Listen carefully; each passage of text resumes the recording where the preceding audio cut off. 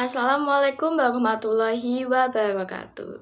Bagaimana kabarnya hari ini anak-anak? Baik? Baik. Masih semangat untuk menjalani pembelajaran pada siang hari ini? Masih? Masih sekali. Oke. Sebelum Ibu mulai pembelajaran, alangkah baiknya kita berdoa terlebih dahulu agar ilmu yang kita dapatkan berkah ya. Oke. Berdoa Ibu mulai, silakan. Berdoa cukup. Nah, sebelum itu Ibu akan melakukan presensi terlebih dahulu, jadi Ibu tahu ya yang hadir kepada hari ini siapa saja. Oke, jadi pada pertemuan siang hari ini kita akan belajar tentang cerpen. Nah, sebelum itu Ibu mau tanya dulu nih. Masih ingat gak dengan unsur intrinsik cerpen? Apa saja? Ya, betul, ada tema, tokoh, alur, ya, amanat, latar, benar, sudut pandang, ya betul. Pintar sekali ya, masih ingat semuanya, top. Nah, jadi unsur-unsur intrinsik cerpen itu Ibu harap kalian masih ingat dan diingat ya. Diingat seterusnya karena itu akan sangat penting ketika kalian akan membuat cerpen. Nah, pada pertemuan kali ini, Ibu akan mengajarkan kalian tentang cara menyusun kerangka cerpen. Nah, kenapa sih Bu kita harus belajar menyusun kerangka cerpen? Jadi begini anak-anak, kalau kalian ingin membuat cerpen, Ibu sarankan kalian membuat kerangkanya terlebih dahulu. Kenapa? Agar ketika kalian membuat cerpen, kalian tidak bingung ya, tidak bingung ini tokohnya tuh siapa aja, wataknya tuh apa, alurnya bagaimana, dan sebagainya. Jadi, kalau kalian punya cerpen kalau kalian punya kerangkanya, nanti kalian tuh kerangka itu bisa kalian jadikan sebagai patokan. Nah, jadi biar di tengah jalan tuh kalian tuh nggak bingung gitu loh, tiba-tiba aku bingung nih, ini kok jadi seperti ini ya, gitu cerpennya. Nah, di sini Ibu akan menampilkan tentang sebuah PPT materi kerangka cerpen. Tolong disimak ya.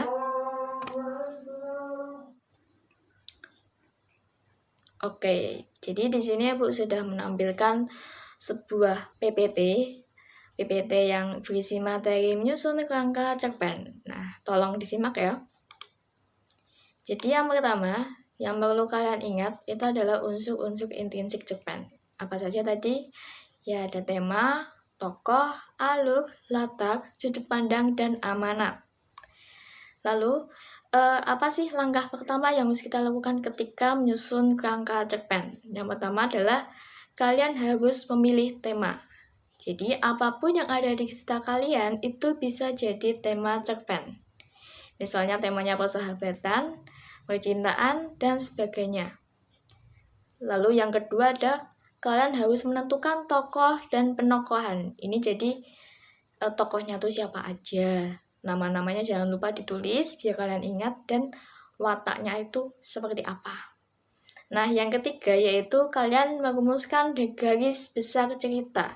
Jadi maksudnya cerita ini tuh bisa bermula ketika terus tokoh ini mempunyai persoalan atau mengalami masalah apa gitu. Lalu ya titik-titik sementara itu tokoh lain apa gitu. Nah, persoalan di antara keduanya bisa mencapai puncaknya ketika jadi di sini bagian merumuskan garis besar cerita, kalian menjelaskan dari awal cerita itu seperti apa, lalu konfliknya, lalu bagian akhirnya itu seperti apa. Nah, yang keempat yaitu menentukan alur cerita. Jadi kalian tentukan juga alurnya mau maju, mundur, atau campuran. Nah, kalau alur maju itu berarti dari awal cerita sampai akhir itu maju terus. Jadi misalnya kayak awal cerita tuh dimulai dari ketika kalian bangun tidur sampai kalian tidur lagi. Nah, kalau alur mundur ya kebalikannya. Nah, lalu kalau campuran itu bagaimana, Bu? Kalau campuran itu malah kombinasi dari alur maju dan mundur. Jadi kalau misalnya kalian menceritakan tentang kalian bangun pagi, bangun pagi itu terus kalian di tengah-tengah itu kalian seperti flashback gitu ke belakang. Nah, itu maksudnya alur campuran ya. Jadi alur campuran itu alur yang mengombinasikan alur maju dan alur mundur. Lalu berikutnya ada menentukan latar cerita. Jadi kalian juga harus menentukan waktu, tempat, dan suasananya. Latar waktunya bisa siang, pagi, sore, atau malam. Jadi sesuaikan lagi ya dengan tema cerita. Lalu ada tempatnya juga, ini misalnya kalau temanya tentang persahabatan tuh tempatnya bisa di rumah, sekolah, dan sebagainya. Lalu suasananya jangan lupa ini suasananya senang, sedih, terharu, dan sebagainya. Lalu berikutnya ada memilih gaya penceritaan. Nah, memilih gaya penceritaan ini maksudnya kalian memilih sudut pandang. Apa saja sih Bu sudut pandang itu? Sudut pandang itu ada 2 yang bisa kalian gunakan. Jadi sudut pandang orang pertama yang terdiri dari pelaku utama. Di sini aku itu sebagai tokoh utama. Nah, yang kedua ada pelaku sampingan. Jadi aku menceritakan orang lain. Jadi kalau pelaku utama itu kalian biasa kalau di cerpen itu menuliskannya sebagai aku. Jadi aku adalah bla bla bla bla gitu. Nah, kalau pelaku sampingan itu aku menceritakan orang lain. Jadi si aku ini dia menceritakan kisah orang lain, bisa tokoh lain di cerpen itu. Nah, lalu sudut pandang orang ketiga ini sudut pandang yang serba tahu, dia menjadi tokoh utama. Nah, lalu yang berikutnya ada kalian harus memilih diksi. Ini harus diperhatikan ya. Jadi dalam memilih diksi ini kalian harus memilih kata-kata yang sesuai dengan tema cerita dan kepada siapa cerita itu ditujukan. Jadi misalnya kalau kalian menulis cerita yang bertemakan sekolah atau ya tentang Gen Z lah ya, atau Gen Alpha, itu kalian harus sesuaikan juga pilihan kata-katanya.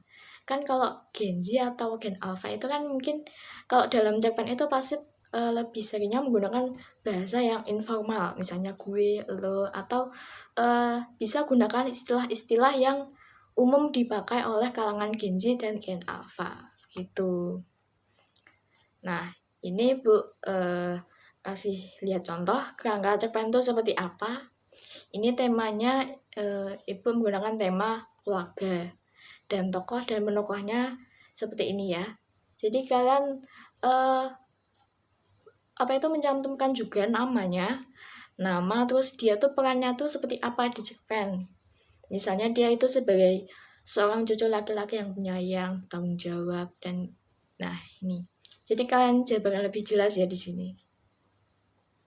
Ini ada kakek, ada Munando, ada Haris. Nah, jadi kalau di tokoh dan penokohan ini mungkin kalian tidak harus mencantumkan tokoh utamanya saja, tapi tokoh tambahannya juga boleh dicantumkan. Lalu berikutnya ada latarnya. Ini latarnya waktunya pagi, siang, dan malam. Lalu ada tempat, ada suasana. Nah, suasananya ini kalian boleh dijabarkan, dijelaskan agar kalian lebih jelas. Nah, ini ada alurnya, ada alur campuran. Kenapa? Karena Ibu menambahkan kilas balik ke masa lalu saat Nando masih kecil dan sering diajak kakeknya ke tempat kerja. Ini maksudnya yang Ibu jelaskan tadi pada alur campuran itu. Jadi ada kilas balik ke masa lalu atau ke belakang. Nah, itu udah termasuk alur campuran. Nah, kalau gaya penceritaan, ini ada sudut pandang orang pertama. Ibu menggunakan Nando sebagai tokoh utama. Lalu kalian juga boleh menambahkan ini bagian pengenalan. Jadi kalian kayak gambaran umum cerpennya itu seperti apa. Gambaran umum cerita yang kalian sampaikan, mau kalian sampaikan itu seperti apa. Nih, perkenalan Nando dan kakeknya, terus latar belakang mereka tinggal bersama di Jogja. Lalu yang kedua, kalian boleh menambahkan juga konfliknya itu seperti apa. Nih, konfliknya Nando ingin memperbaiki hubungan dengan kakeknya yang terasa renggang. Lalu klimaksnya, ini juga kalian tampilkan ya. Ini klimaksnya, lalu anti klimaksnya, dan terakhir ada penyelesaian. Nando dan kakek makan bersama, bincang, dan hubungan mereka kembali dekat seperti sedia kala. Konflik terselesaikan. Terima kasih. Nah, itulah materi dari nyusun kerangka cerpen. Nah, Ibu harap kalian menerapkan materi yang Ibu sampaikan tadi pada kerangka cerpen yang akan kalian buat nantinya. Nah, untuk tugas hari ini, kalian akan belajar membuat kerangka cerpen. Ini tugas individu ya, jadi dikerjakan oleh masing-masing siswa. Ini KPD-nya saya bagikan. Jadi ini ya, di KPD-nya nanti kalian harus menuliskan nama, kelas, lalu langkah kegiatannya itu apa saja. Jadi ini ada unsur-unsurnya intensif cerpen, ini udah Ibu sebutkan. Jadi kalian tinggal menentukan kerangkanya itu mau seperti apa. Misalnya temanya apa, tokohnya bagaimana, dan sebagainya. Ini Ibu sama persiskan dengan materi yang Ibu sampaikan tadi. Ini ada pengenalan, konflik, klimaks, anti klimaks, dan penyelesaian.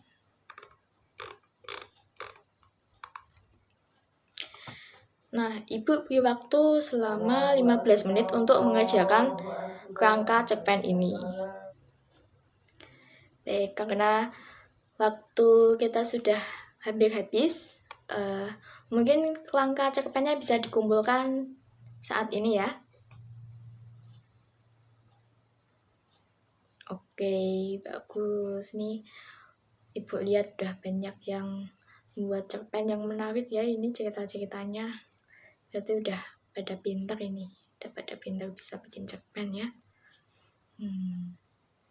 Oke, karena semua sudah mengumpulkan dan waktunya sudah habis, tapi sebelum itu Ibu mau kalian mengisi refleksi dulu terkait pembelajaran pada siang hari ini. Nah, Ibu akan membagikan link Mentimeter, jadi kalian bisa menuliskan apa saja yang kalian rasakan ketika mengikuti pembelajaran Bahasa Indonesia kali ini. Silakan diisi. Ya, ini ada yang bilang seru, menyenangkan. Ini ada yang mengantuk juga ya, masih siang-siang ya, ini udah mengantuk ya. Lapar ya dah. Habis ini kalian istirahat ya, makan siang, jangan lupa. Oke, karena sudah mengisi semua ya, jadi Ibu tutup link Mentinya. Nah, tapi sebelum Ibu menutup pembelajaran hari ini, Ibu mau sampaikan rasa terima kasih kepada kalian karena sudah mengikuti pembelajaran dengan baik, aktif dalam menjawab, dan tepat waktu dalam menyelesaikan tugas yang Ibu berikan. Nah, karena pembelajaran sudah berakhir, Ibu ucapkan terima kasih. Wassalamualaikum warahmatullahi wabarakatuh.